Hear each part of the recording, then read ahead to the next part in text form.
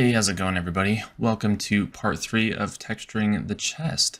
So, just a little recap. We went through and we textured all of the wood, the leather, the books, and did, just some base material setup. And so we're just kind of going to go through and finish up the rest and do our first pass on the glass and the metal, the stone, and the little opal bits up there. And then we can kind of conclude that for, our first texture pass. So I'm actually not going to be using the so much diffuse on the metal because the so much diffuse is kind of like it fakes the lighting a little bit. So it works really well with matte surfaces. It doesn't really work super well with metal surfaces. So I'm going to go ahead and start on this piece here and all the other rest of the metal pieces, but using this as sort of a guide to look at. So let's go ahead and open up our bronze.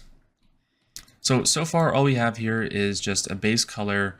We have our metalness and then our roughness turned up just a bit. So for me personally, I think that, in a lot of stylized games, it's good to sort of indicate what's metal. And, realistically, like the roughness would technically be kind of cranked up quite a bit. And I've always found that, if you have a material that's just too shiny when you're working with a lot of matte surfaces, it's just going to stand out so much, and it kind of breaks the illusion that it's stylized and starts to lean in to be more realistic. So I think if you can kind of hold a little restraint on the roughness, even pulling it back ever so slightly, I think that it starts to read a little bit better. Now we still obviously want to have that sort of like metalness shine to it. So what I like to do is I like to take the base color for, the base start, and we can just kind of bring it down a little bit, make it just a little bit darker. I think something like that might work. And then what we can do next is we can go ahead and just duplicate the base metal, and we'll call this edges. And then what we can do from there is we can go ahead and create a black mask. And let's go ahead and get our generator, and we'll do a metal edge wear. So the only thing that you really need to do here is we could start to look at the color and start to just kind of pump it up just a bit more, pump the value up just a little bit more. And that way you'll see that on the edges, that's where it's going to kind of catch the light and be a little bit brighter. And, we could probably make this just a little bit shinier, just like how a normal metal surface would read. If you scratched it, that scratched area is probably going to be, a little bit more shinier. And let's actually go into our properties here, and let's just turn the grunge down. So if we actually hold Alt and we click on this black map here, we can see exactly what the mask is doing. So as we adjust it, if I take the wear level down, you can kind of start to see, what this is beginning to do. So I'm gonna go ahead and leave that for now. And you can also toggle it on and off just to see what it's doing. So it kind of just pops the metal out just a little bit more versus having the entire thing be, the same value. So overall, I think I'm pretty happy with that. There's not a whole lot that you really have to do for the metal. I think that, it kind of just speaks for itself. Technically I could do some dirt on here, but I think as far as keeping it kind of clean, a nice like stylized asset, in my opinion, should be, fairly clean. Shouldn't really have too much grunge, but, I might change my mind on that a little bit later, and we kind of look at that together. So for now, we could just call this the first pass of the metal done. Okay, so I think next we could start to take a look at some of the opal here. So for these, I'm not really going to try to make these look super perfect. I think that, potentially doing a first pass is, it could be all that we need for these. So let's just kind of take a look at this. So we're going to go ahead and open this up. And what we can do, if we look in the concept here, we can see that it's basically split between kind of purple and this sort of green color here. So I think maybe one of the easiest ways to do that would be to duplicate the base. And let's call this, base number 2. And let's just kind of make it that purple color for now. And I think too, opal is, polished opal at least is fairly reflective. So I think turning up our roughness value quite a bit on all of this might be a good idea. Okay, now what we can do next is let's go ahead and right click and we'll create another black mask. And let's go into our procedural textures down here. And I think what we might do is grab cells number 4. That should work pretty well. And before we do that, we're just going to right click and create a fill layer. Okay, now let's drag cells number 4 into the grayscale box. Now you can see that some of the purple is starting to show up on there a little bit, but we could probably fix that just a bit more. And let's go to our noise parameters and let's just kind of increase the scale on that just a bit. And maybe we could increase our contrast.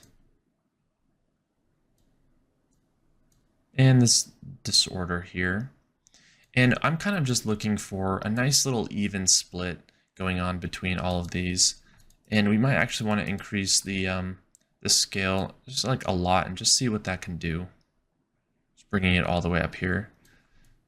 So I do like this. I think this brings us a lot closer to the actual result. If we kind of zoom out here, I'm just kind of looking at the concept. I think this starts to read, you know, a little bit better. So let's kind of go in here. And I'm actually going to increase the color value here just a bit more, make that fairly shiny. Now you'll notice that we kind of have these really hard edges going on here. And I think what we can do to fix that is going to be fairly simple. And this kind of is a little bit of a segue into, you know, what we're going to do for the rest of these textures on the wood and everything, but we'll get to that in a bit. But I think what we can go ahead and do is let's go ahead and right click again on this mask and let's add a filter, and we're going to add a slope blur or a blur slope. Now obviously that kind of made this go away a little bit too strong, so we can just bring the intensity down just a bit. Okay, so let's kind of drag it, maybe something like this.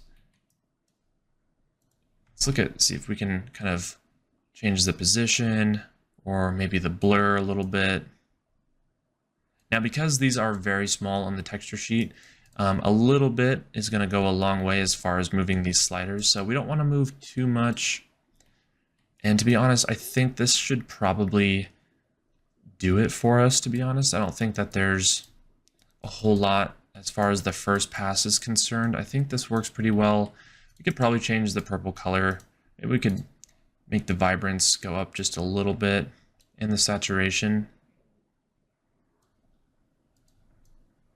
Yeah, I think that should probably work pretty well for us because, again, like I've been saying, is we're going to probably be looking at this from a pretty far distance. So it's not going to be, you know, super important to make sure that these are like, you know, the most, you know, pretty thing you've ever seen. We just needed it enough to work for us.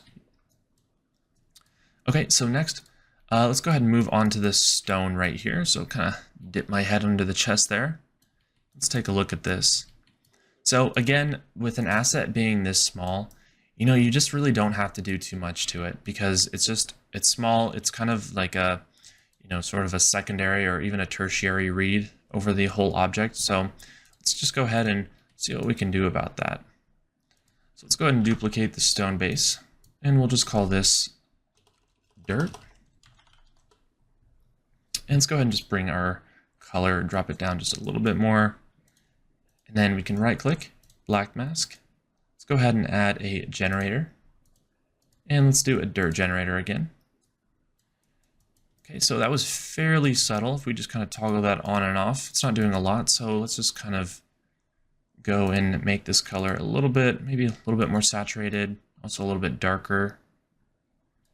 And let's go ahead and increase our dirt level just a bit, just to give it, you know, just some kind of interest. It kind of looks more like a stone now. If I just kind of toggle that off and on, it gives it a little bit of teeth, a little bit of grit to it, which I like.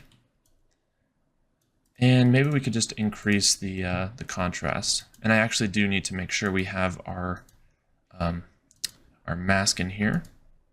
So we can pull that back down just a little bit. I think that starts to look a lot better. It starts to actually look more like a stone.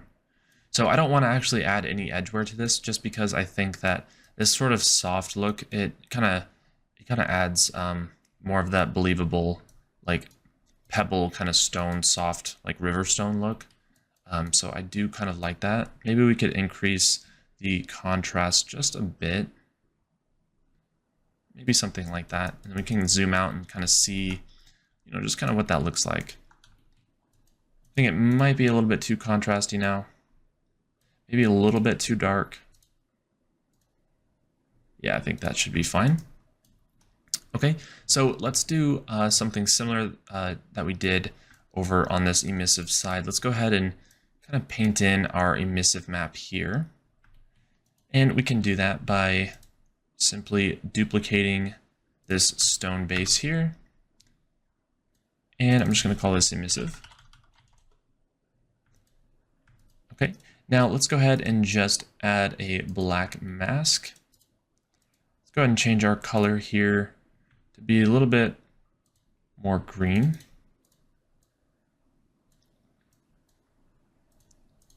Okay, and then let's go ahead and make sure we have our emissive turned on.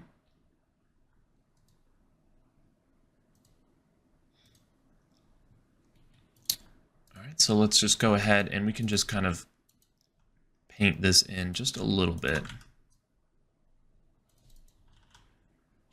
Probably want to make our emissive color a little bit, well, not black really. Something similar to this. Now we can go ahead and just start painting this in. This does not need to be perfect. I think we just need to get the outline looking fairly similar.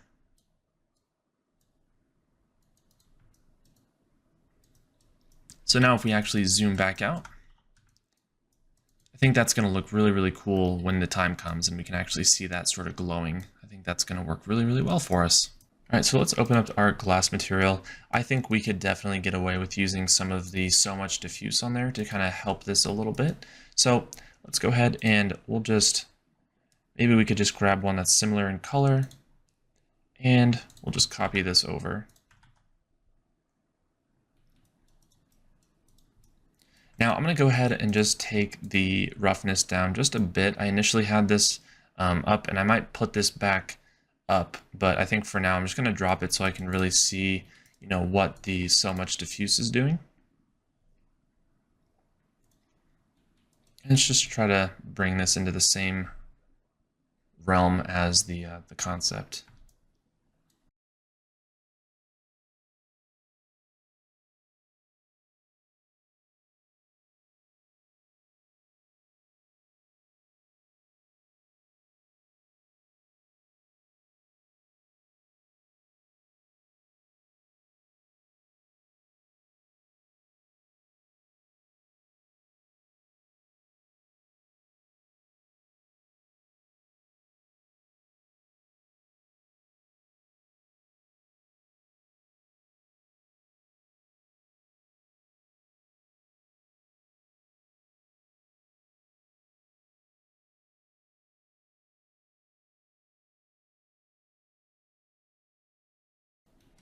Okay, so you can see that that worked out pretty nicely. I did go ahead and adjust the roughness back. I think that it does add a little bit of a read, and since we are using PBR, you know, you do want to make sure that we're still being fairly accurate with our materials, even though, you know, the whole point of the diffuse right here was to try to just, you know, we're trying to get a the effect of hand painted and a little bit of PBR and try to, you know, marry those two worlds right now.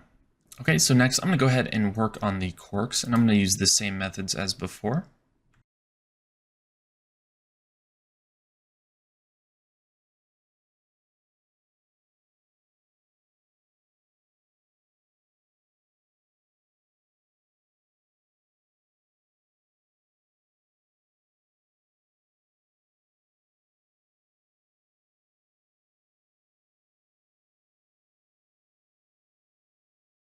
Okay, so I think what I want to do next is I'm going to add just a couple of like little holes inside the cork just to kind of give it, you know, a little bit of texture difference.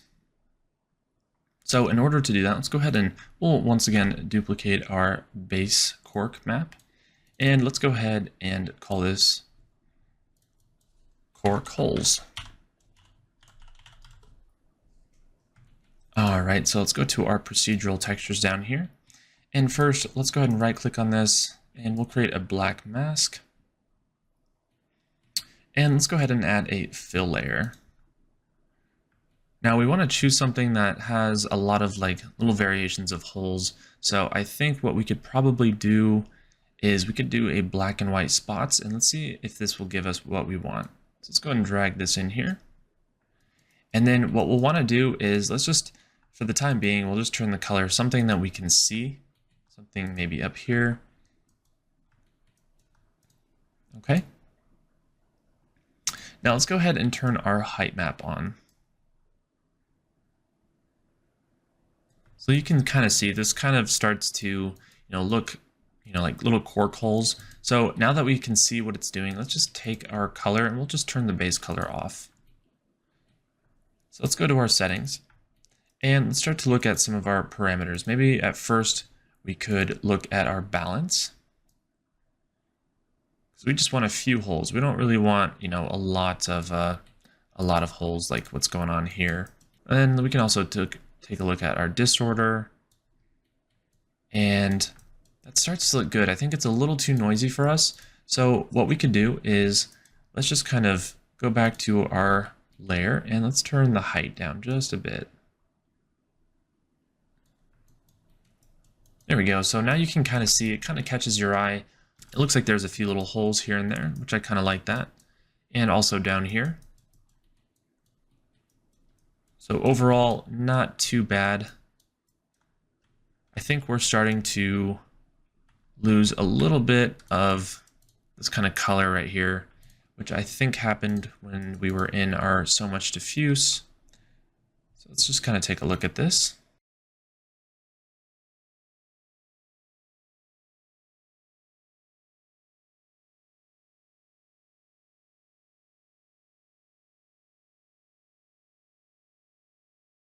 Okay, so that starts to look a little bit better.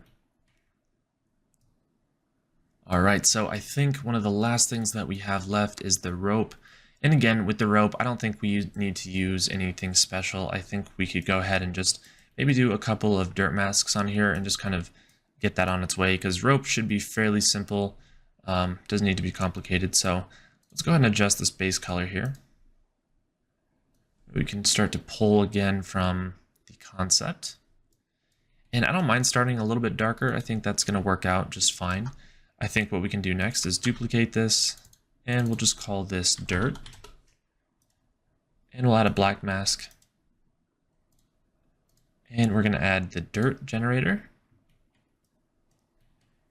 And what we can do from there is we can go ahead and actually just make this a bit darker. And in the parameters, let's just go ahead and maybe decrease the dirt level or maybe increase it. Take off the grunge, because we kind of want to make the just the little areas in the rope just a little bit darker.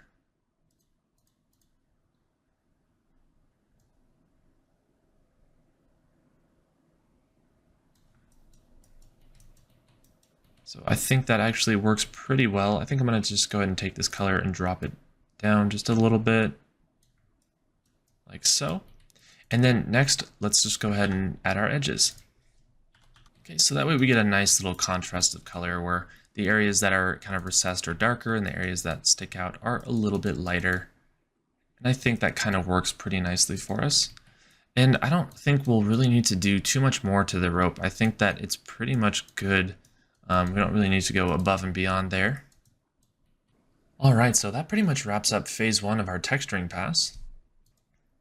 So as far as moving forward, what I'm going to go ahead and do is I'm going to demonstrate sort of the technique that I like to use to sort of do some more like kind of, fine handcrafted, hand-painted look to this. And I think this step is really what sets a lot of people apart, because I know that like, this asset, it could technically pass as done, but we really haven't done too much to it besides just kind of lay the initial groundwork down. I think that, there's a lot of sort of hand-painted elements and getting a lot more brushwork in here to sort of make it feel, really hand-painted and more whimsical. I think that's just going to be what sets it apart. So what I'll do is I'm going to go ahead and I'm going to look at my purple leather here as a place to start. And I'm going to go ahead and just create a paint layer. Now I've gone ahead and hotkeyed my C key to be this eyedropper tool. I think it just kind of helps speed up the process for doing some hand painted stuff. So what I like to do is I think I can just go ahead and grab our simple, hard, basic brush. And if I go ahead and hit C, I can sample a color that's close. And I can probably just sample something like this for now. And I'll turn my flow down. And basically, so you can see if I just show the concept, you see all of this really cool brushwork in here. Well, I'm going to try to just emulate a lot of this and just kind of paint in a lot of, extra colors and sort of make everything, stand out and pop a little bit. And it's just going to make it feel a lot more loose and a lot more intentional. So I'm just going to go ahead and start and get this concept adjusted here. All right, so I'm just going to go ahead and start painting in just kind of slowly at first. Just kind of go through and just make some marks here. And that's the thing, like you don't have to be a super crazy good hand-painted artist. I'm certainly not. I think that just being able to lay down a few strokes here and there, it's going to look really, really good.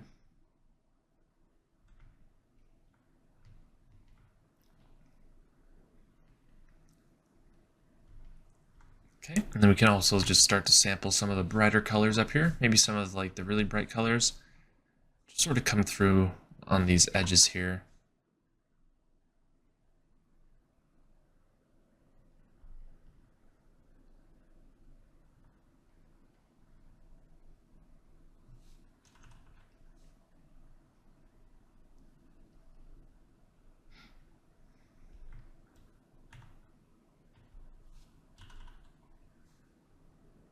I can probably increase my flow just a little bit more.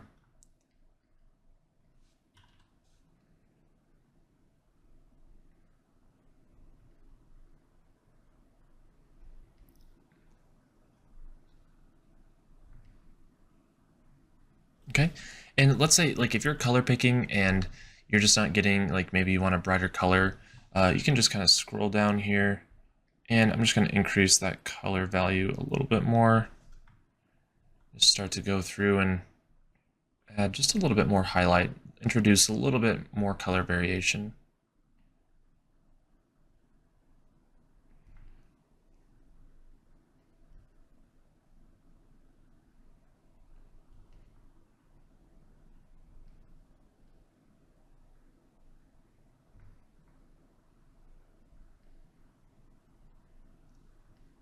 Okay, so just even doing something as, as simple as this, it's just going to add so much in the very end.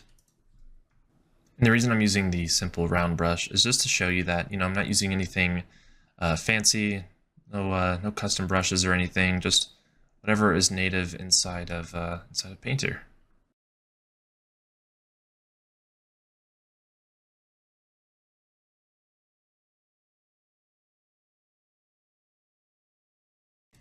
Okay, so because this is a fairly time-consuming process, I definitely don't want you to have to sit through all of that because it's definitely going to be quite a long time. So I will end up just speeding this part up and just kind of doing this pass over the entire thing, basically.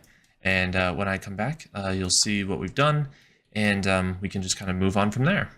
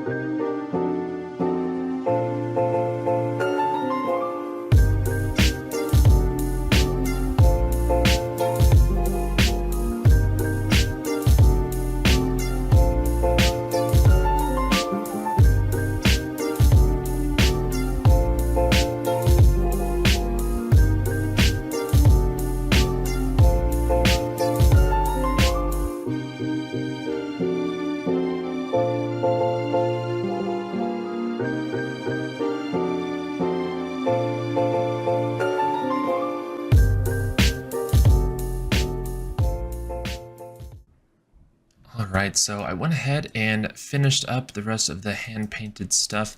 I didn't really come back here because I'm not really too concerned about the backside, to be honest. I'll be taking most of my shots, I think, from the front end, and I think the back end looks just fine from right here. So I think one of the last things I can show you that I like to do is just a little bit of texture breakup we could do with, say, like the wood or something, one of the larger, more prominent materials. So I did do a little bit of that on the opal, as you can remember. So let's just go ahead and we're going to create a new fill layer. And we're just going to call this color 01. And let's go ahead and create a black mask. And for the color, we can go ahead and just kind of select, one of the brown colors in here. We can always change it later. Okay, and then what we can do after that, we can right click on the black mask and add a fill layer. And then what we can do is go ahead and add in our cells 04. And then what we can do after that is we can go ahead and just right click on that black mask again, and we can add a filter. And let's just add a blur slope. So it's really cool because it kind of just like works around the edges and kind of just breaks it up just a little bit and gives it a little bit of, just a little bit of a noise on the edge. And then we can go through and just basically tone down,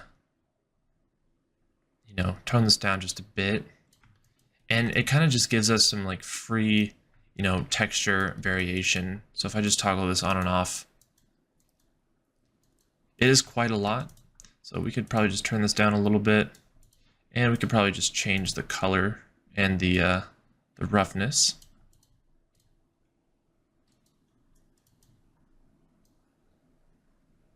Maybe not something that dramatic.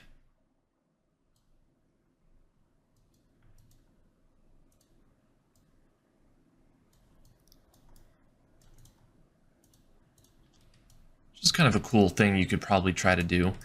Now, this asset in particular probably won't require us to do that too much, just because I like to stay, fairly clean and simple with the asset. But for the most part, I mean, I would pretty much at this stage begin to call this done. And what we can do next is once we start to look at this inside of Unreal Engine, we can start to sort of course correct, and we can, fix any of the materials that aren't working for us and just sort of, go from there. So in the next videos, we're going to talk about how we can start to texture our foliage and texture our papers. So I will see you there.